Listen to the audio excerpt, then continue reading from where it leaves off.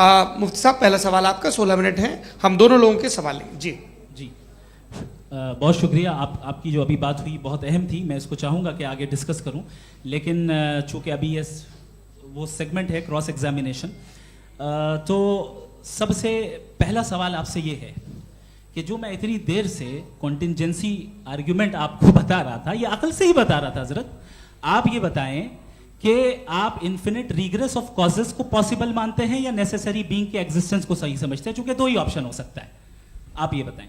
देखिए, आपको मैं ईमानदारी से बात करूं, एक तो मैं कॉन्टिजेंसी वर्ड ठीक से समझता नहीं, और इस वक्त भी जो आपने अंग्रेजी के अल्फाज इस्तेमाल किए वो ज़रा थोड़े से मुझे डिफ़िकल्ट और कॉम्प्लिकेटेड लगे, तो आप ज़रा सिंपल ज़बान में सवाल कर सकते हैं। बिल्कुल कर सकता हूँ जी।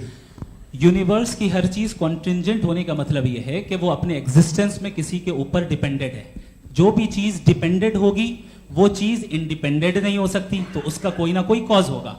तो अब आप क्या समझते हैं कि ये इन्फिनिट रिग्रेस है, यानी कॉज पर कॉज, कॉज पर कॉज, कॉज पर कॉज, और कभी कोई यानी ये एंडलेसली चलता रहा? क्योंकि अगर ऐसा होगा तो हम तो एग्जिस्टेंस में आते ही नहीं, लॉजिकली ये मुत्तफक अलैह चीज है, मुत्तफक अलैह अग्रीड अपॉन।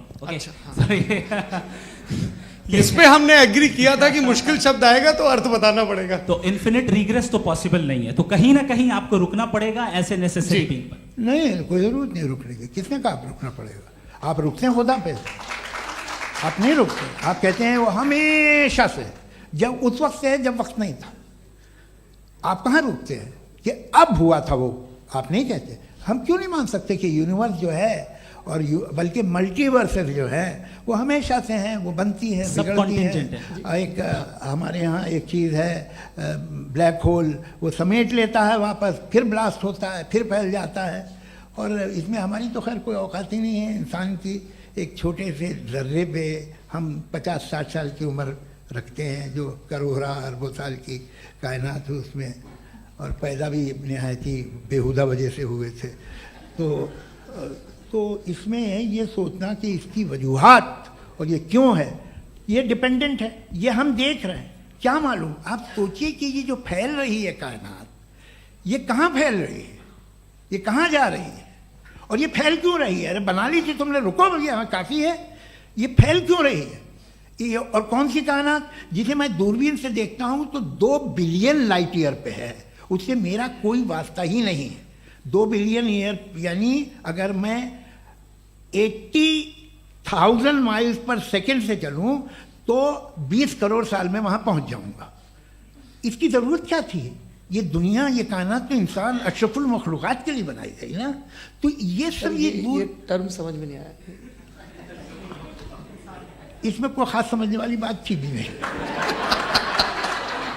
ये जो अल्टीमेट कहा यह जाता है कि ये जो पूरी यूनिवर्स है, ये जो दुनिया है, ये इंसान के लिए बनाई गई। अच्छा, ये सब इंसान के लिए। क्यों साहब, सही है ना? बिल्कुल, लेकिन इसका ये मतलब नहीं कि किसी चीज के पीछे रीजन आपको नहीं पता तो रीजन नहीं है, इसे कहते हैं नहीं, मुझे नहीं पता, लेकिन मेरी जिम्मेदारी नहीं है। वो बिल्कुल सही कहा था उसने, बर्टन रसल ने। आपने उसे मजाक में टाल दिया कि भाई आप एक दावा कर रहे हैं, मैं क्यों कहूं कि ये गलत है दावा? आप प्रूफ कीजिए, मेरे पे जिम्मेदारी ही नहीं है, मैंने थोड़ी कहा है। आप प्रूफ कीजिए कि ये सही है। आप आर्ग्यूमेंट ऑफ कंटिंजेंसी का जवाब ही नहीं दे रहे हैं। पूछना चाहेंगे? आप सवाल पूछना चाहेंगे मुफ्ती साहब से? क्योंकि ये क्रॉस एग्जामिनेशन का दौर है। आप जैसे पहले बोल रहे थे फेथ को लेके कुछ, मैं ये पूछना चाहूँगा कि खुदा ने जो भी रेवल्यूशन किए हैं, एक मज़हब के नहीं बहुत से मज़हबों में किए हैं, अलग अलग रेवल्यूशन है। कहीं कुछ एक बातें हैं, कॉन्ट्रडिक्शन भी है आपस में, कहीं कुछ आप कर सकते हैं, कहीं कुछ नहीं कर सकते। ऐसा नहीं है कि सबकी कोड ऑफ मॉरल एक है। तो ये किस्सा क्या है? अब आप ये देखिए कि मुझे कभी कभी लगता है कि ये जो फुटबॉल फाइनल होता है, लाखों लोग होते हैं, फिर वो टीवी कवर करती, करोड़ों लोग, अगर उसमें खुदा की एक बूमिंग आवाज़ आ जाती, मैं गॉड हूँ, तो सारे लोग अभी सुन लेते और टीवी पे भी सुन लेते, किस्सा खत्म होता। ये इतनी राजदारी क्या है कि तुम सामने कुछ तो सबूत दे दो हमें सॉलिड। ये कह साहब ये यूनिवर्स कैसे बनी, इससे मसला क्या हल होगा? मैं पूछूंगा आपसे खुदा कैसे बना? क्यों नहीं पूछूंगा कैसे बना? बल्कि वो तो कायनात से कहीं ज़्यादा इंटेलिजेंट है, कायनात से कहीं ज़्यादा कॉम्प्लेक्स। जी वो हमेशा से है, आप कहेंगे मैं मान लूँगा। अच्छा दोयम, वो कादिर मुतलक, यानी कादिर मुतलक का मतलब ओमनीपोटेंट, वो जो चाहे कर सकता है। आपको नौकरी दिलवा सकता है, आपकी अच्छी जगह शादी करवा सकता है, आपके पड़ोसी का मुकदमा हरवा सकता है, आपको जिता सकता है, सब काम करता है। थोड़ा सा माइक क्लोज जी। वो इस दुनिया को चला कैसे रहा है, ये दुनिया कैसे चल रही है, आपको इस पर हैरत नहीं होती? या क़यामत के बाद कभी एक जस्टिस होगा, जब ये बच्चा मर चुका होगा जिसकी धज्जियाँ उड़ गई बम से, इसको इंसाफ मिलेगा तब। अच्छा, अब जवाब दूं? हाँ जी, दीजिए। मैं वही इसीलिए आप की तरफ सबसे पहले आपने रेवलेशन और स्क्रिप्चर्स की बात की, इस पे मैं बात कर सकता हूं लेकिन आज नहीं करूंगा चूंकि वक्त कम है, कभी और इस पे डिस्कस करेंगे। मैं तैयार हूं उस पे भी बात करने के लिए। ये क्योंकि अभी हमारा से topic- राउंड 2 की भूमिका तय हो रही है। Does God exist round 2? जी चूंकि आज गॉड के एग्जिस्टेंस पे बात है तो मैं उसी के रिलेटेड जो है आपके सवालात को एंटरटेन भी करूंगा और मैं भी पूछूंगा। आपने कहा कि आपने साबित ही नहीं किया, जबकि आर्ग्यूमेंट ऑफ कॉन्टिजेंसी बुनियादी आर्ग्यूमेंट है। आप मुझे कॉन्टिजेंसी का मतलब बताइए, आपका मतलब क्या कॉन्टिजेंसी?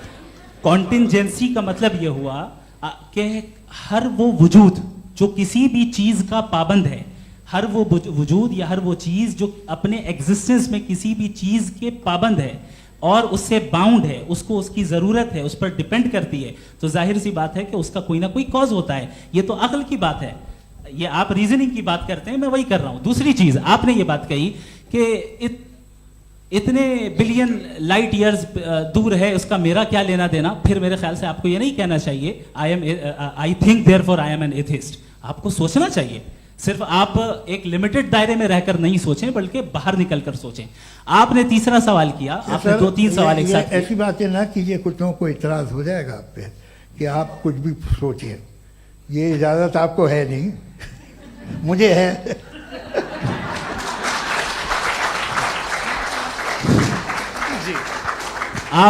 आपने प्रॉब्लम ऑफ इविल के ताल्लुक से सवाल किया और बार बार आप एक लफ्ज रिपीट कर रहे हैं कि ओमनीपोटेंट गॉड है, ऑल पावरफुल गॉड है। यही तो दरअसल समझना है कि गॉड का कॉन्सेप्ट क्या है। प्रॉब्लम ऑफ इविल जो है, प्रॉब्लम ऑफ इविल दर हकीकत 2 असम्पशंस पर कायम है। अगर आप इन 2 असम्पशंस को समझ जाएं तो ये प्रॉब्लम नहीं रहेगी, आर्ग्यूमेंट आपको समझ में आ जाएगी कि ये कोलैप्स कर जाता है। पॉइंट नंबर 1, यानी जो आपका सबसे पहला फॉल्स असम्पशन है कि गॉड मर्सीफुल है, ओमनीपोटेंट है, दुनिया में जुल्म हो रहा है। लेकिन आपको यह समझना चाहिए कि हमारे वर्ल्ड व्यू के मुताबिक गॉड सिर्फ ओमनीपोटेंट और सिर्फ मर्सीफुल नहीं है, बल्कि वो ऑल वाइज भी है और वो ऑल नोइंग भी है। उसके हर काम के पीछे हिकमत और विजडम है। ये कोई जरूरी नहीं है कि वो हिकमत और विजडम आपको समझ में आए या मुझे समझ में आए। अगर आप जो समझ रहे हैं उसके मुताबिक आप फैसला कर रहे हैं, ये लिमिटेड पर्सपेक्टिव से आर्ग्यूमेंट है। और इस चीज को हम अपनी दुनिया में, अपने लाइफ में, डेली लाइफ में इस प्रिंसिपल को एक्सेप्ट करते हैं। हम जब किसी डॉक्टर के पास जाते हैं, डॉक्टर के पास जाकर वो अगर उसने हमें कोई दवाई दी है तो हम ये तो नहीं कहते कि जब तक आपके पास जितना नॉलेज और जितना विजडम नहीं है, आपने क्यों ये दवाई दी है, तब तक हम इस चीज को एक्सेप्ट नहीं करेंगे। नहीं कहते, हम उसकी अथॉरिटी को तस्लीम करते हैं। क्यों? क्योंकि उसकी हम जानते हैं कि वो नॉलेजेबल है, वो विजडम वाला है, हमसे ज्यादा नॉलेज और हमसे ज्यादा विजडम है। बताएं सर। नहीं, डॉक्टर में और खुदा में बड़ा डिफरेंस है। डॉक्टर पढ़ा लिखा होता है एक, तो मैं उसकी बात सुनूंगा।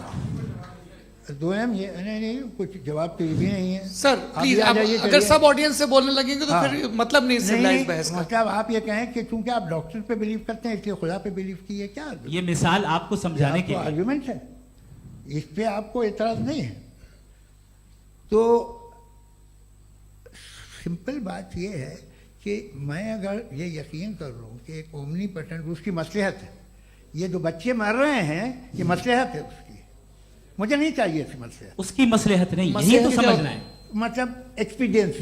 अच्छा, इस आपने अभी मेरी बात पूरी सुनी नहीं। मैंने कहा आपका पूरा आर्ग्यूमेंट 2 फॉल्स असम्पशंस पर है।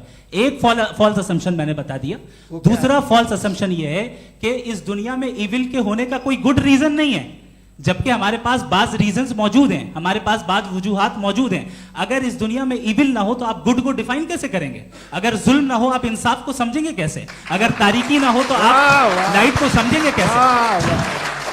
बहुत अच्छे। अभी और सुन लें, अभी और बाकी है। ये तो बात बहुत पसंद आई साहब मुझे कि जब तक रेप ना हो तब तक औरतों की इज्जत का ख्याल आपने मेरा जवाब पूरा सुना ही नहीं। जब तक के बच्चों का कत्ल ना किया जाए तब तक आपको बच्चों की मासूमियत की इज्जत है। आपने पूरा जवाब सुना ही नहीं। क्या बात है, क्या आपने नुक्ता निकाला हुआ? आपने पूरा जवाब सुना ही नहीं। आप सुन लें, मेरी बात सुन लें। ये मैंने आपको एक चीज बताई। दूसरी चीज, इस दुनिया में हम आए हैं टेस्ट के लिए, हमारा टेस्ट हो रहा है और हर इंसान का अलग अलग अंदाज में टेस्ट होता है। और इस दुनिया में अगर ईविल मौजूद है तो वो ईविल जरिया है हमारे अंदर ह्यूमन नोबल क्वालिटीज को डेवलप करने का और अलग अलग फील्ड में प्रोग्रेस करने का। और अगर हमारे अंदर और इस दुनिया में ईविल नहीं होता तो बताइए टेस्ट का मतलब क्या होता? अगर मैं अपने स्टूडेंट को एमसीक्यूज दूं और उसमें सिर्फ राइट आंसर लिख कर दे दूं और कहूं तुम्हारा टेस्ट हो गया, ये मीनिंगलेस है। इस दुनिया में अगर हम टेस्ट के लिए आए हैं तो जाहिर है गुड एंड ईविल दोनों मौजूद है।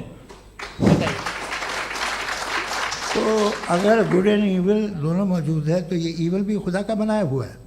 जी हाँ, खुदा का बनाया हुआ है। लेकिन अच्छा, चलो अच्छी बात। जी बिल्कुल, तो बिल्कुल खुदा ने बनाया। अभी तो ये है कि जो मेजॉरिटी है दुनिया में वो इविल है, तो ये खुदा एक्चुअली इविल के साइड पे लग रहा है मुझे। बिल्कुल भी नहीं, मैं बताता हूं। मेजॉरिटी में तो वो है। क्या बात कर रहे हैं भाई आप? मैं बहुत कोई भी जो मुंसिफ होगा, चाहे आपका अपना घर हो जिसके आप सबसे बड़े हैं, चाहे आपकी ऑर्गेनाइजेशन हो जो आप चलाते हैं, वहां पर आप इवल रखेंगे साबित करने को कि बाकी लोग शरीफ हैं? मेरी बात सुन क्या ये आर्ग्यूमेंट ही गलत है? अगर कि जब तक के कोई इवल नहीं होगा तब तक के शरीफ आदमी शरीफ नहीं लगेगा। अगर एग्जामिनर गलत ऑप्शन दे रहा है तो एग्जामिनर इविल नहीं हो गया। जो गलत ऑप्शन को सेलेक्ट कर रहा है वो फेल होगा। क्रिएटर ने इविल को बनाया है लेकिन वो इविल नहीं है। अच्छा सुनिए मेरी बात, एक- लेट मी कंप्लीट सर। जी जी। क्रिएटर ने इविल को बनाया है टेस्ट के लिए, वो इविल नहीं है। इविल वो होगा जो उसे इख्तियार करेगा। छुरी को बनाने वाला गलत नहीं होता है, छुरी का गलत इस्तेमाल करने वाला गलत होता है। रेप को कैसे गलत इस्तेमाल करते हैं? रेप इंसान के फ्री विल का नतीजा है। ये रेप कैसे गलत इस्तेमाल होता है? ये मुझे अब सुन लें, अब सुन लें। गलत इस्तेमाल होता है। हाँ मैं बता रहा हूं ना, कैसे गलत मैं बता रहा हूं जी। कि जो इविल इस दुनिया में मौजूद है उसके कई सारे तरीके हैं। एक तरीका इंसान का अपना फ्री विल है। अब अगर कोई रेपिस्ट रेप कर रहा है तो इसका गॉड का कसूर नहीं है, वो अपने फ्री विल का गलत इस्तेमाल कर रहा है, उसको सजा मिलनी चाहिए। अच्छा। और उसी के लिए जहन्नम बनाई गई है। ये फ्री विल का भी बड़ा चक्कर। आप जब कोई बुरा काम करते हैं या कोई बुराई होती है तो ये कहा जाता है कि ये फ्री विल है। 7 billion free wills are moving on this planet. 7 billion free will. और एक आदमी अपनी फ्री विल से मुझे कत्ल कर दे तो मैं खुदा की मर्जी से मरा हूं कि इसकी फ्री विल की वजह से? मेरी मौत खुदा के हाथ है या ये फ्री विल वाले के हाथ है? खुदा ने फ्री विल का निजाम बनाया है और उस निजाम का गलत इस्तेमाल करके कोई आपको मार रहा है, इस्तेमाल करके मेरा कत्ल कर देता है। अब मेरी मौत का जिम्मेदार कौन है? वो इंसान जिम्मेदार है। वो इंसान। जी। तो ये कहना कि और उसको सजा मिलेगी। तो अब आप आगे चलिए कि ये तय करना कि अल्लाह ही या अल्लाह ने खुदा ही जिंदगी देता है, खुदा ही मौत देता है, ये गलत है। बिल्कुल गलत नहीं है। हाँ, नहीं, निजाम उसी ने बनाया फ्री विल का। निजाम मौत और हयात का उसी ने बनाया। You are contradicting yourself. अभी आपने कहा कि एक आदमी ने फ्री विल से आपको मार दिया, इसमें उसे फ्री विल दी गई थी, उसने गलत इस्तेमाल किया। 7 billion free wills are moving on this planet और आप चाह रहे हैं कि मैं सिर्फ खुदा का ध्यान करूं। ये 7 बिलियन फ्री विल्स को मुझे लुक आफ्टर करना पड़ेगा कि नहीं? ये तो तबाहियां कर रही हैं और तबाहियां ज़्यादा हो रही हैं। बिल्कुल। तो अगर आप बताएं अगर खुदा नहीं है फॉर एग्जाम्पल, तो आप इविल को कैसे डिसाइड करेंगे? यानी how can you define evil objectively without God? देखिए, दुनिया में 2 तरह के जानवर हैं। एक जो अकेले रहते हैं जंगल में और एक जो ग्रुप्स में रहते हैं। ग्रुप में जो भी रहेगा, चाहे वो आपका फाउंडेशन हो, चाहे कोई क्लब हो, चाहे कोई पॉलिटिकल पार्टी हो, चाहे कोई यूनिट हो, उसमें आपको इंटरैक्ट करने के रूल बनाने पड़ेंगे। यानी लोग तय करेंगे। लोग तय करेंगे। अगर लोगों ने यह तय किया कि किसी का रेप करना सही है, आप जस्टिफाई करेंगे? नहीं, आपका फाउंडेशन तो ये हो गया ना कि लोग ही विल डिसाइड करेंगे। नहीं। अरे दुनिया में ऐसे ग्रुप्स हैं जो रेप को जायज़ मानते हैं सर्टेन हालात में। मैं डिटेल में नहीं जानूंगा, आप भी जानते हैं। ये जो आईसिस वाले थे जिन्होंने क्या किया था, तो उन्होंने क्या किया उसका खुदा से कोई ताल्लुक नहीं है सर। मैंने सिंपल सवाल किया कि इविल को आप डिफाइन करते कैसे हैं? आइए वापस आइए जी। आप साथ में तभी रह सकते हैं जब कुछ आप ऐसे उसूल डेवलप करें जिसमें हर एक का बेसिक तहफ़्फ़ुज़, हर एक का बेसिक राइट हो और हर एक को कोई आराम मिले। यही तरीक़ा है किसी भी ऑर्गेनाइजेशन जिसमें एक से ज़्यादा लोग हैं और वो ऐसे चलती है ज़िंदगी। उसमें अगर आप गड़बड़ करेंगे तो तबाही होगी, नुकसान होगा, बर्बादियाँ आएंगी। और अगर उसमें आप घर ले लीजिए ना, एक हस्बैंड है, एक वाइफ है, बच्चे हैं, वालदा भी हैं, 2 बहनें भी हैं, एक भाई भी है। अब इसमें कोई निज़ाम आपको चाहिए साथ में रहने का, और एक दूसरे पे भरोसा रहे, एक दूसरे के बहीख्वाह हों, एक दूसरे की मदद करें, ऐसी जिंदगी। सर आपकी बात आ गई, आप ये कह रहे हैं कि लोग डिसाइड करेंगे क्या सही है क्या गलत है, यही है? मेजॉरिटी डिसाइड करेगी क्या सही है क्या गलत है? अरे भाई बिल्कुल। मेजॉरिटी अगर ये कहे कि नाजी जर्मनी के साथ जिस तरह मेजॉरिटी थी कि जेनोसाइड करना सही है, आप जस्टिफाई करेंगे? उस वक्त आपका ये सवाल सिर्फ उसके बाद क्लोजिंग। हाँ, उस वक्त प्लेनेट पे जो लोग थे, हाँ। उनमें कितने लोग हिटलर को सही समझते? अच्छा, प्लेनेट की मेजॉरिटी तय करेगी सोसाइटी की नहीं, प्लेनेट की मेजॉरिटी गॉड के एग्जिस्टेंस को सही मानती है, आप क्यों नहीं मानते? ये हेलो ये क्रॉस क्वेश्चन का राउंड यहाँ पर समाप्त होता है। और ये बड़ा अच्छा है कि इस तरह से फ्रेगमेंट कर दिया गया है ताकि जो मरकरी ऊपर जा रहा है नीचे जवाब दे दूं जी।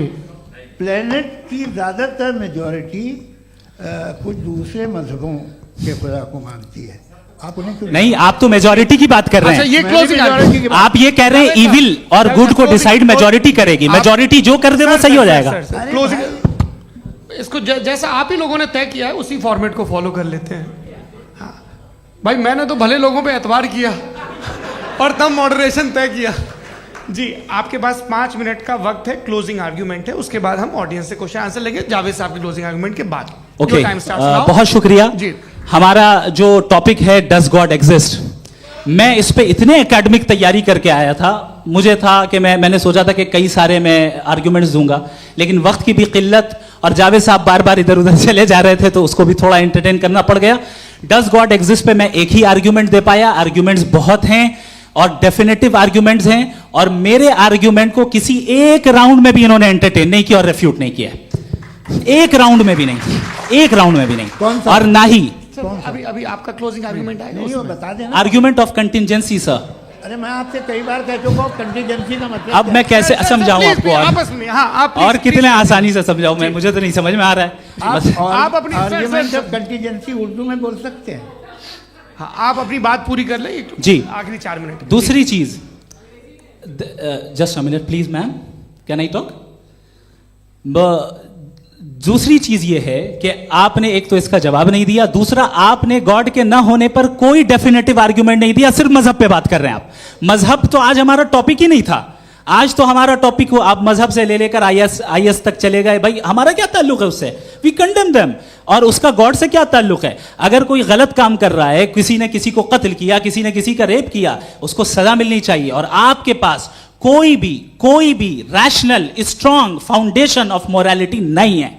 आपने कहा कि मेजॉरिटी तय करेगी सोसाइटी की, वो सही होगा। मैंने कहा हिटलर को फिर आप सही कहेंगे, नहीं, प्लैनेट की सोसाइटी की मेजॉरिटी तय करेगी। तो प्लैनेट की मेजॉरिटी गॉड के एग्जिस्टेंस को मानती है, आप कह रहे हैं ये रिलीजियस है।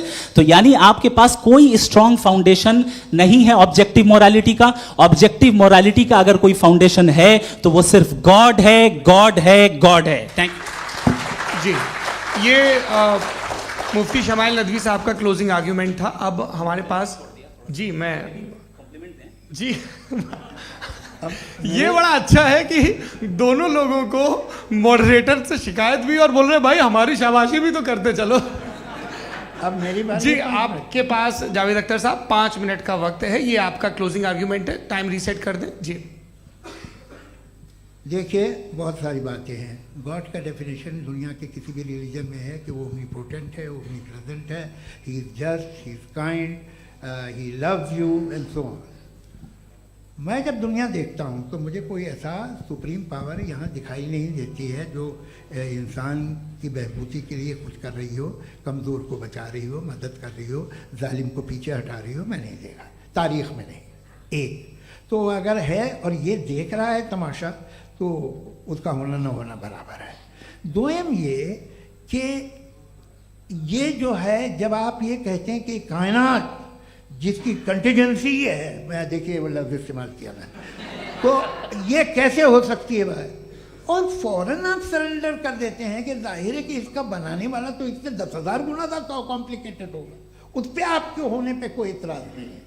उसे वो टाइमलेस है, वो पहले से था, टाइम तो बहुत बाद में आया, ये सब आप मानने को तैयार है, जिसका आपके पास कोई सबूत नहीं, आपके पास कोई रीज़न नहीं है। आपकी तारीख क्या है मजहबों की, बिलीफ की, जो खुदाओं का बिलीफ है, ये कॉन्स्टेंटली गलत साबित होता रहा है। मतलब आप कहें कि अरिस्टोटल के ज़माने में तो सब जाहिल थे, वो भी इतने ही यकीन से खुदा पे यकीन रखते थे, जो अब नहीं रहा, ये भी नहीं रहेगा, आप लिख लीजिए। और इसके आसार आपको दुनिया में दिखाई देना शुरू हो चुके हैं। ये बहस क्या आज से 100 साल पहले इस तरह हो सकती थी? यहाँ तक तो आपको हम ले आए हैं, तो सर अरे इनको मदद की ज़रूरत नहीं भाई, ये सेल्फ सफिशिएंट आदमी है, आप क्यों इनकी मदद कर रहे हैं? Sir please. तो ये जो है तमाम बातें अपनी जगह हैं, ये एक पैकेज है। आप अकेले, कोई आदमी ऐसा नहीं जो सिर्फ गॉड को मानता हो, उसके साथ बहुत पैराफर्नेलिया आता है, अलग अलग पैराफर्नेलिया आते हैं। They have always created chaos in the society. मैं तो आपको सीधा ऑफर देता हूँ कि दुनिया में 10 इम्पॉर्टेंट बिलीव्स हैं, आप एक मानते हैं, 9 नहीं मानते, 9 में आप एथियस्ट हैं, 9 को आप बिल्कुल रीजनेबली मेरी तरह देखते हैं। तो 90 मजहबी आदमी भी 90% एथियस्ट है, वो दूसरे खुदा नहीं मानता, एक खुदा मानता है अपना वाला, बाकियों को कहता है गलत है। अगर आप मानना ही बंद कर दे तो आपका 10% चांस है कि आप सही हैं और 90% चांस है कि आप गलत हैं। मेरा मशवरा है, आप मानना छोड़ दिए तो 50% चांस होगा कि आप सही हैं और 50% चांस होगा, 40% आप गेन करेंगे बाय बिकमिंग एन एथियस्ट।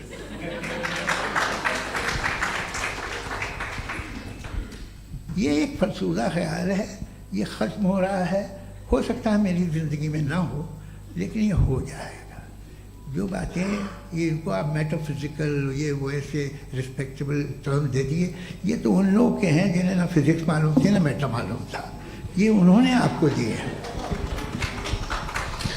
जी बहुत शुक्रिया आप दोनों लोगों का। और अब इस बातचीत का आखिरी राउंड शुरू होगा, डज गॉड एग्जिस्ट की ये बहस मुफ्ती शमाइल नदवी और जावेद अख्तर साहब के बीच।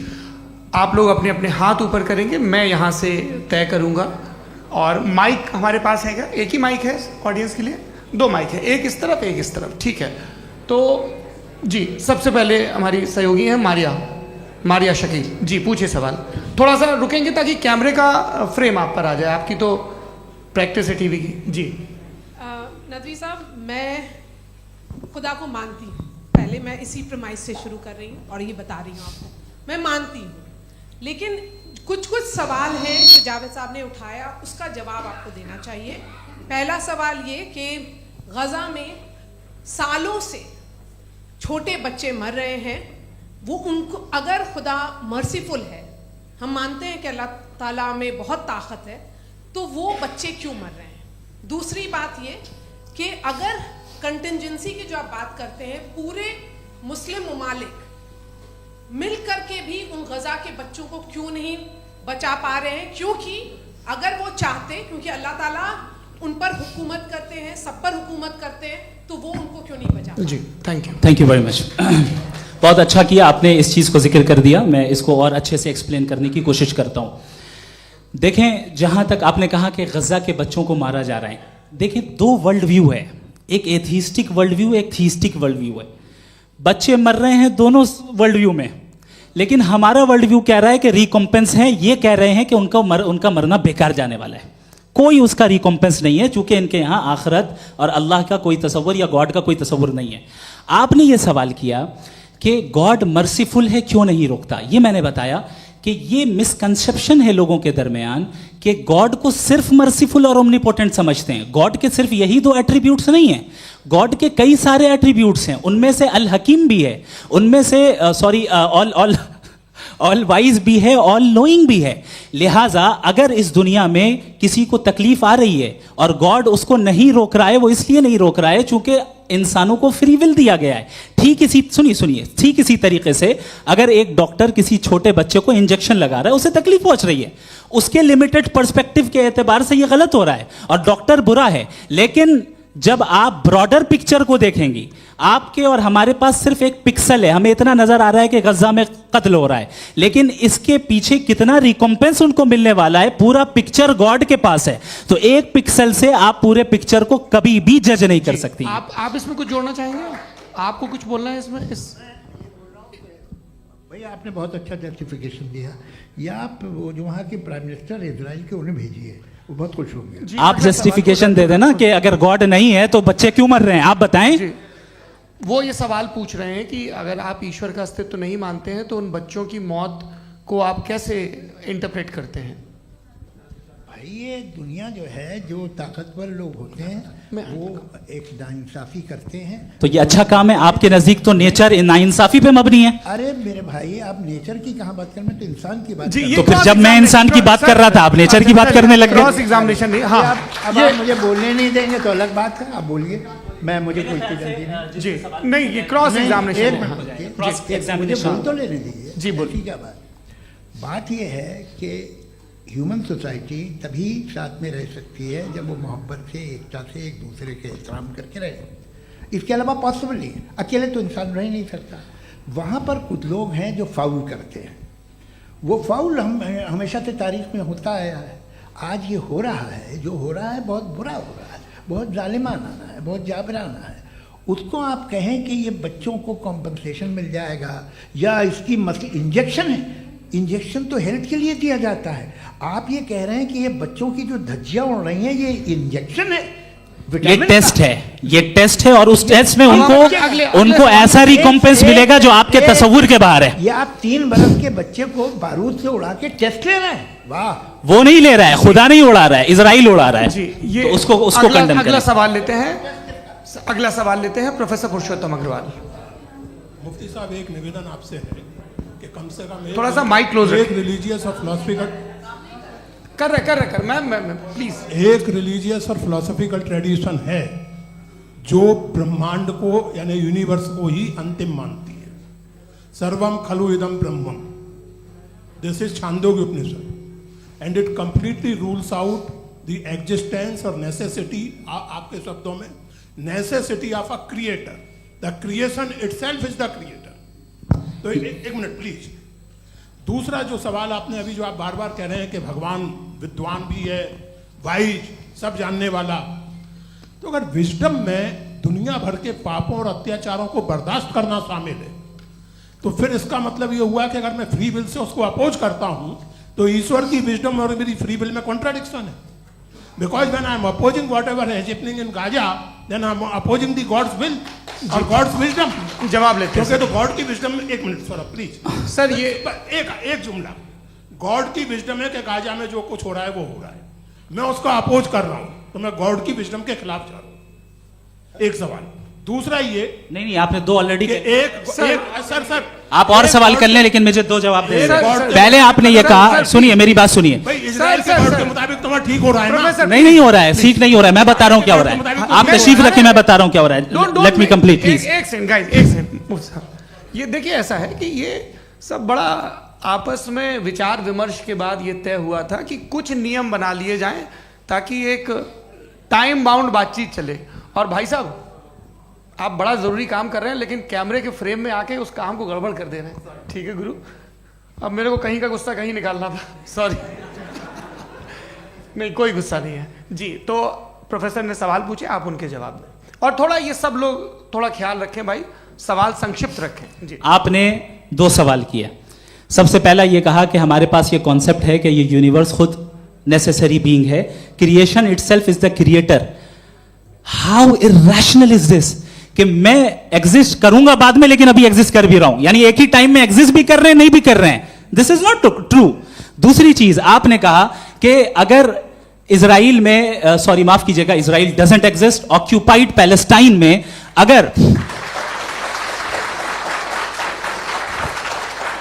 अगर ऑक्यूपाइड पैलेस्टाइन में बच्चों को मारा जा रहा है फ्री विल की वजह से और गॉड नहीं रोक रहा, ये कॉन्ट्राडिक्शन है। ये बताइए कि एक एग्जाम में एक बच्चा गलत आंसर लिख रहा है, सुनिए, एग्जामिनर चाहे तो रोक सकता है, क्यों नहीं रोक रहा है?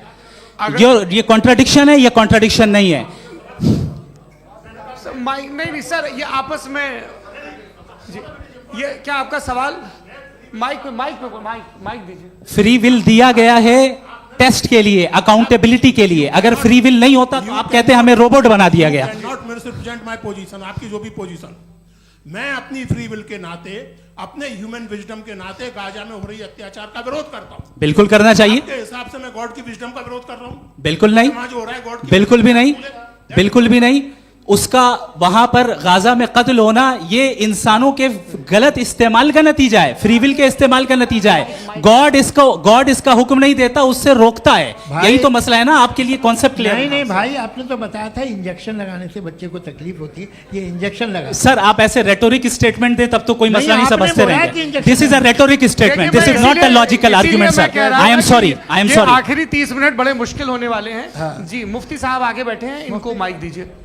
हाँ तरुण, माइक आप अपने पास रखिए, आपको कैमरे का फ्रेम पता है जी। सबसे पहले दोनों को मुबारकबाद। एक सर अपना आप नाम बता दें। आप अमेरिका में शिकागो में रहते हैं, इतना मुझे याद है। बताया आपको, यासिर नदीम अलवाजदी मेरा नाम है। जावेद सर आपसे एक क्वेश्चन है इन्फिनिट रिग्रेस के ताल्लुक से। एक हाइपोथेटिकल सिनेरियो है, मसलन अगर आप सर माइक थोड़ा सा प्लीज क्लोज रखिए जी।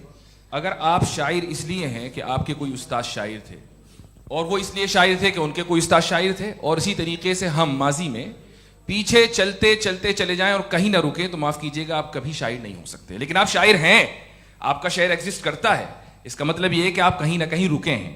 तो मेरा सवाल ये है कि क्या आप इन्फिनिट रिग्रेस ऑफ कॉजेस को लॉजिकल फैलेसी मानते हैं या नहीं मानते? हाँ या ना? मैं इन्हें लॉजिकल फैलेसी नहीं मानता हूँ, लेकिन मेरा प्रॉब्लम यह है कि जब मैं नहीं मानता हूँ तो I will continue with this logic जो फैलेसी नहीं हो। आप एक जगह रुक जाते हैं जाके, आप कहते हैं ये गेंद कैसे बनी, ये जजीरा कैसे बना, ये समंदर कैसे बना, ये ज़मीन कैसे बनी, और अचानक गॉड पे जाके आपको ब्रेक लग जाता है। एक बार आप सवाल नहीं करते कि भाई इनको बनाने वाला तो इनसे भी कॉम्प्लिकेटेड होगा, वो कैसे बना, उसके बारे में आपने इत्मीनान कर लिया, वो हमेशा से है। तो अगर आप उसे हमेशा से मानते हैं तो फिर ये मान लीजिए कि कायनात हमेशा से है, क्या तकलीफ फिर हम वजूद में नहीं आते जी है?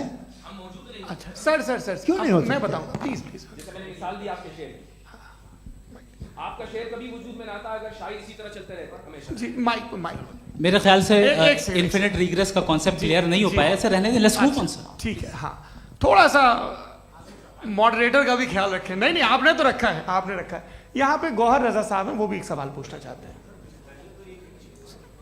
माइक नीचे से ऑन कर दिए, नीचे। पहले तो ये कह दूं कि मैं उन बच्चों से शर्मिंदा हूं जिनको गजा में कत्ल किया गया, क्योंकि हमारे होते हुए कत्ल किया गया। लेकिन उससे ज़्यादा शर्मिंदगी इस बात से हुई कि मुझे लगा कि मुफ्ती साहब उसको जस्टिफाई कर रहे हैं। बिल्कुल भी नहीं, आप बहुत ही गलत। मुझे लगा मैं गलत हो सकता हूं, बिल्कुल गलत मैं है। सवाल पूछ रहा हूं, सवाल मैं सवाल पूछ रहा हूं। मैं जावेद भाई से डिसएग्री करता हूं। एक सेकंड देखिए, अगर देखिए ऐसा एक सेकंड आप सर वेट अरे आप कुछ मेरे पहले मुझे अपनी बात कह लेने दीजिए। अगर ऑडियंस तय करेगी तो फिर मॉडरेटर का मतलब नहीं। मेरा आप सबसे ये कहना है, ये बहस दो लोगों के बीच में है, एक तरफ मुफ्ती साहब, एक तरफ जावेद साहब। पिछले 1.5 घंटे से ये लोग अपने अपने तर्क रख रहे हैं। आपकी इनसे इत्तेफाकी हो सकती है, ना इत्तेफाकी हो सकती है।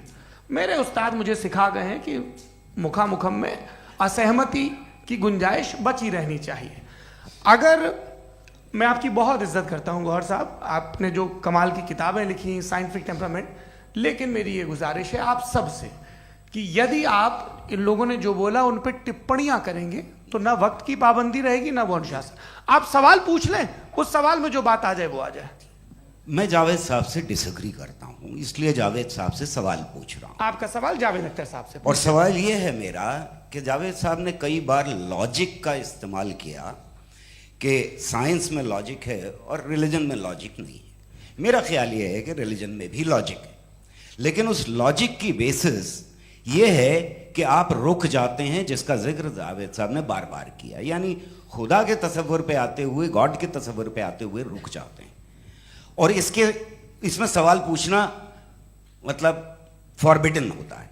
सवाल यह है कि क्या जावेद साहब इससे एग्री करते हैं कि साइंस की लॉजिक अलग है और रिलीजन की लॉजिक अलग है? बताइए सर। देखिए, 3 चीज़ें हैं। साइंस है, एक है मंतिक है, इस्तिदलाल है, और एक जो है कुछ भी नहीं है, फेथ है, अकीदा है। मैं अकीदे की लॉजिक का कायल नहीं हूँ। मुझे आप इस्तिदलाल से, लॉजिक से, रीज़न से समझाइए, मैं मानने को तैयार हूँ, मेरा क्या नुकसान होगा। लेकिन ये कि अकीदे पे मैं नहीं जा सकता हूँ। अकीदे का मतलब है कि तुम ये मान लो, सवाल ना करो, ये नहीं। आप सारी बातें करके, बड़ी साइंटिफिक बातें करके एक जगह जाके खुदा के हुदूद पे रुक जाते हैं, सरेंडर कर देते हैं। मैं सरेंडर करने को तैयार नहीं। That's all. जी, ये आगे सर बैठे हुए हैं, इनको माइक दीजिए। भाई वो आप पूछना चाह रहे थे ना भाई? हाँ, नहीं मैं ये, थैंक यू जी, आपका नाम? आसिम इफ्तिखार। आसिफ जी, पूछिए। सर, जावेद सर से सवाल है कि आपने अपने माइक थोड़ा करीब है। अपने क्लोजिंग स्टेटमेंट में ये बात कही थी कि मज़हब का जो फ्यूचर है वो ज़्यादा दिन नहीं जाने वाला है, लेकिन मैं देख पा रहा हूँ कि जो ऑक्सफोर्ड यूनिवर्सिटी की एक स्टडी है 2011 में हुई है, जिसके 50 एकेडमिशियंस ने इसको अंजाम दिया था, उसमें वो ये कहते हैं कि जो फेथ इन गॉड है वो इनबिल्ट है ह्यूमन नेचर के अंदर, जिसको हम कहते हैं फितरत के अंदर शामिल है वो। और वो ये कहते हैं कि अगर कोई ये समझता है कि मज़हब को वो ख़त्म कर देगा तो ये उसकी गलत फहमी है। तो आप इसके बारे में, इस स्टडीज़ के बारे में क्या कहते हैं? ठीक है, मैं उनसे एग्री नहीं करता हूँ। वो कौन से प्रोफेसर होंगे? ऐसा उनके क्या पास डेटा है, इन्होंने डेटा के बेस होगा। डेटा क्या हो सकता है? फ्यूचर का डेटा तो नहीं हो सकता ना उनके पास, प्रेजेंट का डेटा हो सकता है। डेटा आपने सुना 100 साल पहले का बाद का डेटा? मैंने तो नहीं सुना आज तक। तो आज उनकी ये राय है और होगी राय, ठीक है। दुनिया में तरह तरह की राय है लोग, लेकिन मैं समझता हूँ कि वक्त के साथ इंसान ज़्यादा से ज़्यादा रीज़नेबल और लॉजिकल होता जा रहा है। आज आप देखिए वेस्टर्न यूरोप में क्या परसेंटेज है नॉन बिलीवर्स की, बहुत हाई। वहाँ चर्च खाली पड़े होते हैं। तो अल्टीमेटली तो इंसान कोई ऐसी बात बहुत अरसे तक नहीं मान सकेगा, चाहे गलत या सही, जो उसे, उसके दिमाग को, उसके जहन को, उसकी लॉजिक को अपील न करे। वो कह रहे हैं तो ऑक्सफोर्ड के होंगे, तो कैम्ब्रिज के होंगे, तो मुझे क्या लेना देना। उनका डेटा मुस्तकबिल का नहीं हो सकता है। जी, दीपक, हाँ पूछिए। मैं आऊँगा, अभी पीछे की साइड भी आऊँगा, माइक वहीं भेजूंगा 2-3 साल के लिए। जी जावेद साहब, आपसे सवाल है। नमस्ते अरे भाई सर, अगर आप ही लोग तय करना है तो फिर 200 लोग तय कर लें। ये एक साथ पूछ नहीं रहे सर, हैं। Please don't do this sir. Everybody has a right sir, but we can only take selected questions. No sir, अरे ये भाई, यंग लोग आराम भी से। हैं तो इनकी ये अब बात उतने यंग, सुनिए। भाई आप यंग हैं कि नहीं हैं? एक मिनट, वो कह रहे हैं वो भी आएंगे, यंग हैं पूछ रहे हैं साहब। भाई। आप उनकी नौजवानी पर दावा उनको ही करने थे। हाँ मुफ्ती साहब, आप यंग, हाँ पूछे। अरे भैया सर, मेरा सवाल ये है। कुछ इनसे भी तो पूछो। जी हाँ। नहीं, बस आपसे एक सवाल है। जैसे थीस्टों के पास अपने जो ईश्वर को मानते हैं, उनके पास अपने सोशल गेट टुगेदर्स हैं। 5 रोज़ा क्रिसमस आने वाला है, होली है, दिवाली है, ईद है। एथिस्ट क्या ऑफर कर रहे हैं? मतलब मैं इनकी दुकान से बोलूं, मैं आना चाहता हूं उस तरफ, पर मैं अट्रैक्ट नहीं हो पा रहा हूं। मैं सोशल गेट टुगेदर्स क्या है आपके पास? वो ये कह रहे हैं कि जो धार्मिक लोग हैं, अलग अलग धर्म के लोग, उनके उत्सव त्योहार, कॉन्ग्रेगेशन बहुत हैं। अब आपको मैं एक सुनाता हूँ, यहाँ हिस्टोरियन भी बैठे हैं। मृदुला जी, आप बताइएगा सही है क्या? ये एक कॉन्स्टेंटाइन, एक ग्रीक रोमन बादशाह था, जो क्रिश्चियनिटी आने के 400 साल बाद उसने डिसाइड किया कि मैं क्रिश्चियन हो जाऊंगा, मेरी पूरी स्टेट कैंसिल हो जाएगी। उस ज़माने में ऐसे ही होता था, राजा जो धर्म इख्तियार करता था वो जनता भी कर लेती थी, इसलिए कि वो हो गया था बैंकरप्ट। और उसे जो मेडिटेरियन कोस्ट के रिच क्रिश्चियन वो थे मर्चेंट, उससे पैसा चाहिए था। तो उसने कहा यार क्रिश्चियन हो जाओ। तो उसने अपने वजीर से कहा कि भाई ये हिस्ट्री है कि अब हम लोग क्रिश्चियन हो जाते हैं। पहले सर हो जाएंगे, कोई प्रॉब्लम नहीं है, लेकिन एक प्रॉब्लम ये है कि 17 दिसंबर से 25 दिसंबर तक जो पेगन फेस्टिवल होता, जो पेगन फेस्टिवल होता है वो बंद हो जाएगा, इसलिए कि हम क्रिश्चियन हो गए तो होगा नहीं। तो वो बच्चों को बहुत बुरा लगेगा, पब्लिक को बहुत इंजॉय करते हैं, खासतौर से 25 को मेन डे। तो कहना हाँ ये तो सही कह रहे हो, ये जीसस क्राइस्ट की पैदाइश कब थी? कहते साहब वो अप्रैल में थी। नहीं, कट करो, वो 25 दिसंबर को है।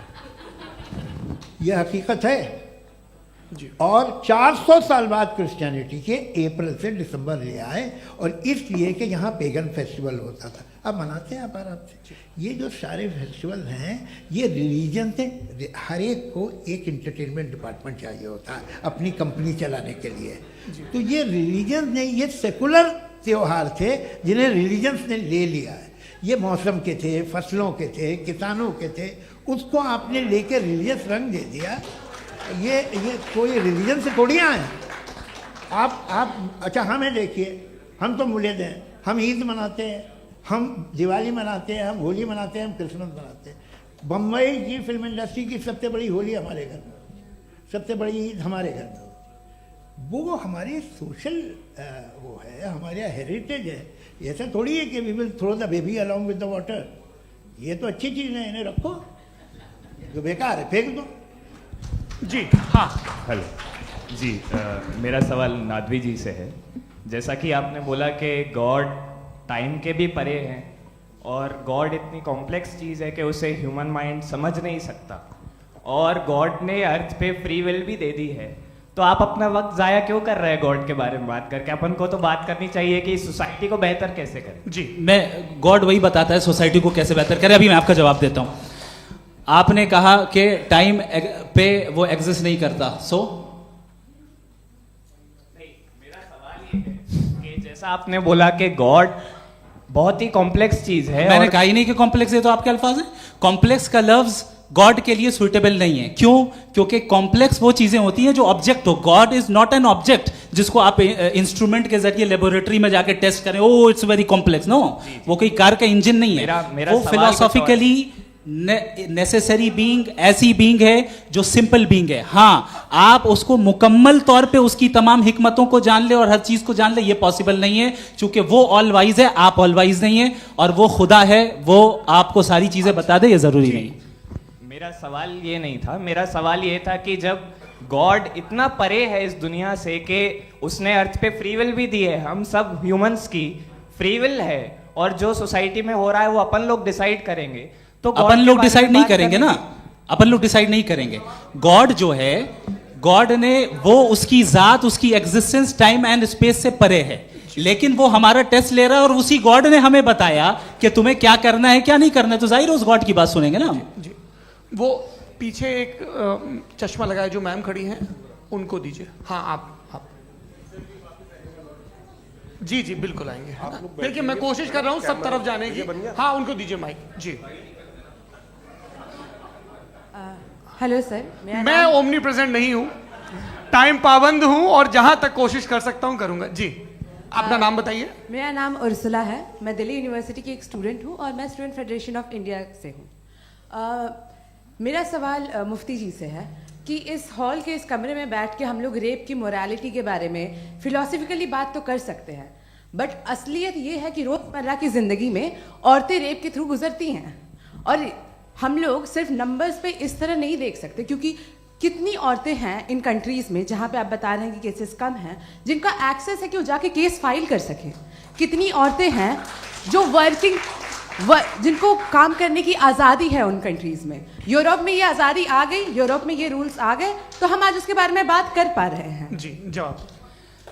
आपने ये कहा कि कमरे में बंद होकर हम लोग इस पर फिलोसफिकली बात कर सकते हैं, लेकिन हकीकत में क्या हो रहा है, वो ग्राउंड लेवल पे क्या हो रहा है, जो बहुत गलत हो रहा है, और वो सफ़र कर रही हैं। आई एग्री, बहुत गलत हो रहा है, और जो गलत हो रहा है उसको हमें रोकना है। और क्यों रोकना है, वो गलत क्यों है? हमारे पास इसका ऑब्जेक्टिव फाउंडेशन है, इनके पास उसका ऑब्जेक्टिव फाउंडेशन नहीं है। मैं ये कहना चाह रहा हूं कि जहां पे भी जुल्म हो रहा है, जहां पे भी औरत पे जुल्म हो रहा है, या उसकी इज्जत लूटी जा रही है, या उसे तकलीफ पहुंचाई जा रही है, और सिर्फ औरत नहीं, किसी इंसान के ऊपर भी जुल्म हो रहा है, तो उसके खिलाफ खड़ा होना, ये मॉरलिटी हमारे पास गॉड के पास से आई है। वरना जावेद साहब तो कह रहे हैं कि जो है मेजॉरिटी डिसाइड करेगी, तो मेजॉरिटी तो कभी भी बदल सकती है।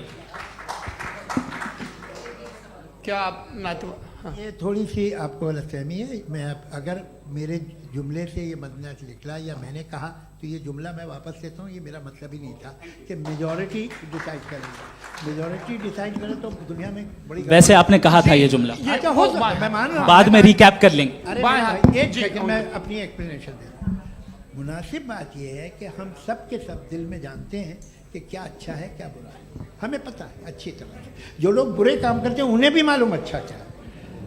यही तो सवाल था हजरत कि फिर ये मोरालिटी आई कहाँ से? क्रॉस एग्जामिनेशन, हाँ जी हाँ। मोरालिटी साथ रहने की डिजायर से आई, यानी साथ रहकर जो कुछ कह दे जो कुछ कर दे वो हो जाएगा? नहीं नहीं, तो आप कायदे से रही कर सकते हैं जब तक लोगों में मोरालिटी हो, वरना क्यास हो जाएगा। ये आपको कैसे पता? जी हमने देखा ना, जहाँ मोरालिटी का क्यास हो गया, हम देखते हैं। कहाँ पे देख भाई दुनिया में आप जो कह रहे हैं, आप कहीं पे अगर गलत हो रहा है तो उसको आप गलत देखिए। आप एपिस्टेमोलॉजी की बात कर रहे हैं, मैं ऑन्टोलॉजी की बात कर रहा हूं। मैं इस बहस के बाद आप दोनों लोगों को चाय पे होस्ट करूंगा, वहां पे क्रॉस एग्जामिनेशन कर लीजिएगा। अभी ऑडियंस का हक मार रहे हैं आप लोग भाई, सर जस्ट लोग हैं आप लोग। और ये भाई ये हाँ उधर आएंगे, जी सर आएंगे। अच्छा सर मेरा नाम लईकुर रहमान है और मैं अलीगढ़ मुस्लिम यूनिवर्सिटी का स्टूडेंट हूँ। और जहाँ तक मुझे पता है कि sir you are also product of Aligarh Muslim University. मैं भी उसी चमन का बुलबुल। हाँ सर, तो बहुत खुशी हुई मुझे जान करके कि मैं आपसे मिलूंगा। सवाल सर मेरा सवाल यह है, सर सैयद अलैहि रहमा का नज़रिया यह था कि खुदा के वजूद को अक़ल के दायरे में रह कर के तलाश करना, न कि पूरी तौर से उसका इनकार कर देना। Sir how will you define it?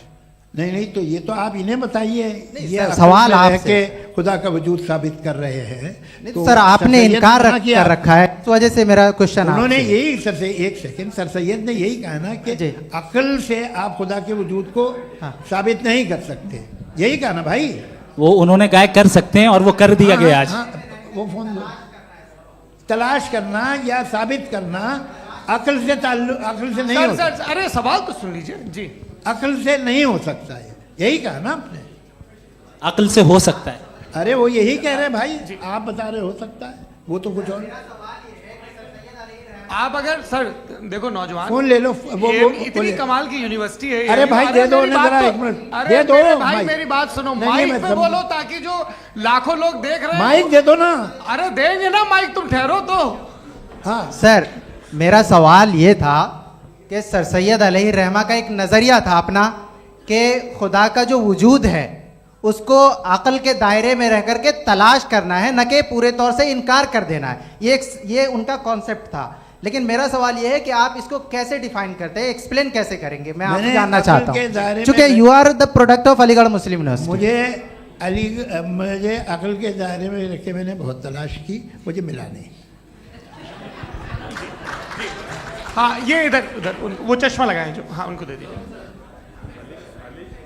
जी जी फटाफट पूछिए, बस 5 मिनट है, 5 मिनट में खत्म हो रहा है। हाँ अस्सलाम वालेकुम मुफ्ती साहब। एंड मेरा सवाल जावेद अख्तर साहब से। क्या नाम है आपका? अरे भैया सब मुझे पूछ रहे हो। फैज पूछिए फैज साहब। तो मेरा सवाल ये है कि अभी जो एथियस्ट है वो problem of evil argument use कर रहे हैं अगेंस्ट मुस्लिम्स, राइट? कि इस दुनिया में इतना सारा ईविल है और अगेंस्ट मुस्लिम तो यहाँ अगेंस्ट थियस्ट। हाँ थोड़ा सा करेक्ट कर लीजिए भाई, पूरी मशक्कत ही इसी बात की थी कि किसी एक मजहब पे बात न टिके। जी तो बेसिकली ये आर्ग्यूमेंट ऐसा है कि इस दुनिया में इतना ज़्यादा ईवल एग्जिस्ट करता है और अगर एक ऑल गुड गॉड है तो वो रोकता क्यों नहीं है? लेकिन इस सवाल में एक हिडन अजम्पशन ये है कि इस दुनिया में ईवल एग्जिस्ट करता है। अब एथियस्ट ये कैसे ऑन्टोलॉजिकली प्रूव कर सकते हैं कि इस दुनिया में ईवल एग्जिस्ट करता है? मैं आपको बताता हूँ, थोड़ा सा समझा। नहीं सर हम लोग इनको सुनिए। नहीं please don't do that. I want to explain ontologically. नहीं हम समझ गए सर, इनको अब जवाब देने दीजिए। अच्छा सवाल पूछ लो। मैं अभी तक क्या था वो मैं थोड़ा सा ऐड ऑन कर लेता हूँ। तुम गुरु, तो हम जब इसका राउंड 13 करेंगे ना तब तुमको स्टेज पे बिठाएंगे। जी तो हाँ जल्दी से। तो देखिए एथियज्म के हिसाब से सब कुछ रैंडमली बन गया है, सब कुछ एटम्स और मॉलिक्यूल्स है। एक पत्थर में और मुझ में सिर्फ इतना फर्क है कि हम लोग एटम्स और मॉलिक्यूल्स का अलग अलग रीअरेंजमेंट है। अब एक पत्थर को कोई इंसान तलवार से 2 टुकड़ों में काट दे या मुझे, according to atheism it is same. There is no evil and good according to atheism. जी अच्छा फैज साहब का सवाल ये है कि हाँ कोशिश भी करते तो इससे गलत सवाल नहीं कर पाते। एक लाइफ फॉर्म है और लाइफ फॉर्म में फीलिंग्स हैं, मतलब लाइफ फॉर्म सुनता है, देखता है, टेस्ट कर सकता है, फील कर सकता है, तो उसकी जो ये जो क्वालिटी इस बबल में आ गई हैं वो जानवर में भी है, इंसान में भी है, तो जाहिर है कि उसे कोई तकलीफ पहुंचेगी, तो चूंकि उसके पास वो सेंसिटिविटी है तो मैं करेगा, पत्थर में वो सेंसिटिविटी नहीं है। तो ये क्या सवाल हुआ कि अगर पत्थर को काटा तो पत्थर को तकलीफ नहीं होती, तो आपको काटे तो आपको क्यों तकलीफ हो? बैठ जाइए जी। हाँ, अगला सवाल। हाँ, पूछे पूछे पूछे जी। जावेद अख्तर साहब। अरे भैया, सब आप लोग मुफ्ती साहब को छोड़ रहे हैं, तो मेरे ही पीछे पड़े हैं क्या? फिर चलो बोलो भाई। You asked how God can exist when children die in Gaza. हाँ? You asked how God can exist when children die in Gaza, and you also mentioned the rise of atheism in Europe. But the same events also are leading many atheists and non-believers to turn towards faith. How do you interpret this contradiction, where suffering pushes some away from God, yet brings others closer to belief? देखिए, आपको एक बात बताऊं, दुनिया perfect तो कहीं भी नहीं है, हर जगह कुछ खामियां हैं। बेटा एक मिनट, मैं आप ही को कहेंगे, देखो वो तो कुछ खामियां, कमज़ोरियां, खराबियां सब जगह है। लेकिन अगर देखोगे ईमानदारी से कि दुनिया सबसे ज़्यादा महज़ब कहाँ है, एक आम शहरी को कहाँ हुकूक हासिल हैं, वो बोल सकता है, अपनी मर्ज़ी से काम कर सकता है, अपनी मर्ज़ी से राय दे सकता है, हुकूमत के ख़िलाफ़ बोल सकता है, बरसरे इक़्तिदार लोगों के बारे में बोल सकता है, सरमायादारों के ख़िलाफ़ बोल सकता है। तो आपको ये स्कैंडिनेवियन कंट्रीज़ में मिलेगा, वेस्टर्न यूरोप में मिलेगा। मैं नहीं कह रहा वो परफेक्ट है, बिल्कुल नहीं, वहाँ बहुत ख़राबियाँ भी हैं, परफेक्ट तो कोई। लेकिन जिन जिन मुल्कों में, लैटिन अमेरिका देखो, गल्फ़ देखो, वहाँ पर आपको ये ज़रूर है कि रेप नहीं होते होंगे। रेप की ज़रूरत क्या है भाई? उसको तो ख़रीद लो, घर में रखो, सड़क पर रेप करने की क्या ज़रूरत है? मगर सुनिए सुनिए सुनिए, मगर हकीकत ये है कि वहाँ शख्सी आज़ादी राय देने की, बोलने की नहीं है। जी, ये एक आखिरी सवाल मुफ्ती साहब से। हाँ मैम, इनको माइक दीजिए। शुक्रिया। मेरा नाम मनीषा है, मैं हरियाणा से आई हूँ। मैं मुफ्ती साहब से एक बात पूछना चाहती हूँ। आप बार बार जावेद साहब को कॉन्ट्राडिक्ट तो कर रहे हैं कि आपने ये कहा, लेकिन आप भी अजम्पशंस के बेसिस पे बात कर रहे हैं। आपने खुदा के होने का कौन सा प्रूफ पेश किया है, खुदा की एग्जिस्टेंस का? अब इस सवाल को अलग रहने दीजिए, कौन एथीस्ट है कौन नहीं है। और दूसरी बात जो आपने एक छोटी सी कही थी कि ये फ्री विल का इस्तेमाल करता है इंसान अपनी, लेकिन इस फ्री विल का इस्तेमाल में मतलब खुदा ने ये दे दी सबको ये इजाज़त कि वो कितना घिनौनापन और कितने ज़्यादा ख़राब से ख़राब तरीके इस्तेमाल कर सकते हैं। जवाब सुनते जी। आप फ्री विल को मानती है ना, या अब कहती है कि फ्री विल नहीं है ना? मानती है ना? तो अब आपके पास इसका कोई एक्सप्लेनेशन नहीं है कि अगर एक इंसान उस फ्री विल का इस्तेमाल करके गलत काम कर रहा है और बच के अच्छी ज़िंदगी गुजार के निकल जा रहा है, उसका कोई रिकम्पेंस नहीं है। हमारे वर्ल्ड व्यू में जो इंसान गलत काम कर रहा है उसको भी रिकम्पेंस यानी उसका बुरा बदला मिलना है, और जो सही काम कर रहा है उसको सही बदला मिलना है। लिहाजा जो फ्री विल है वो इस तरीके से है कि एक लिमिटेड टाइम तक खुदा ने मोहलत दी है। ऐसा नहीं कि छूट दे दी, जो करना है करते रहो हमेशा। वक्त आएगा जब एग्जाम का टाइम खत्म होगा तब रिजल्ट आएगा, दौराने एग्जाम जबरदस्ती आपको नहीं बताया जाएगा। अरे भाई एक सेकंड जी, सवाल मुफ्ती साहब से मेरा, मुफ्ती साहब से जी। हाँ हाँ हाँ, मैम रुक जाइए, आपसे फोन, आप इसके बाद आपसे यहीं रहेंगे वो। हाँ बोलिए। मैं मुफ्ती साहब एक ही सवाल करता हूँ कि अगर जो हो रहा है फ्री विल से हो रहा है और एक दिन बरोज़ क़यामत इंसाफ होगा मैशर में वगैरह वगैरह, तो दुआ क्यों मांगते हैं लोग? दुआ मांगते हैं इसके मतलब है अभी भी उसने ये डिपार्टमेंट रखा है कि मैं रोज़मर्रा की ज़िंदगी में बिल्कुल बिल्कुल ही कैन। तो तुम कैन हो, तुम मुझे नौकरी दिला देते हो, मेरे बेटे को ग्रीन कार्ड दिला देते हो, और 45,000 बच्चे मरते हो, उन्हें रोकते नहीं हो। नहीं तो क्या आप ये कह रहे हैं कि इस दुनिया में जालिमों को कभी पकड़ ही नहीं होती है? अरे जो भी पकड़ होगी वो बच्चे रोते हैं। बिल्कुल, देखें मैंने अपने ओपनिंग स्टेटमेंट में यही कहा था कि जनाब जावेद साहब सिर्फ इमोशनल आर्गुमेंट देंगे। This is an emotional argument. ये छोटे मोटे इसके पीछे का रीजन मैंने बताया क्या है, इसके पीछे का विजडम क्या है मैंने बताया। मंच से आप लोगों को सज्जनों इसलिए कह रहा हूं ताकि थोड़ा सा आपके कॉन्शियस पे जोर रहे कि आपको ऑर्डर बचा के रखना है।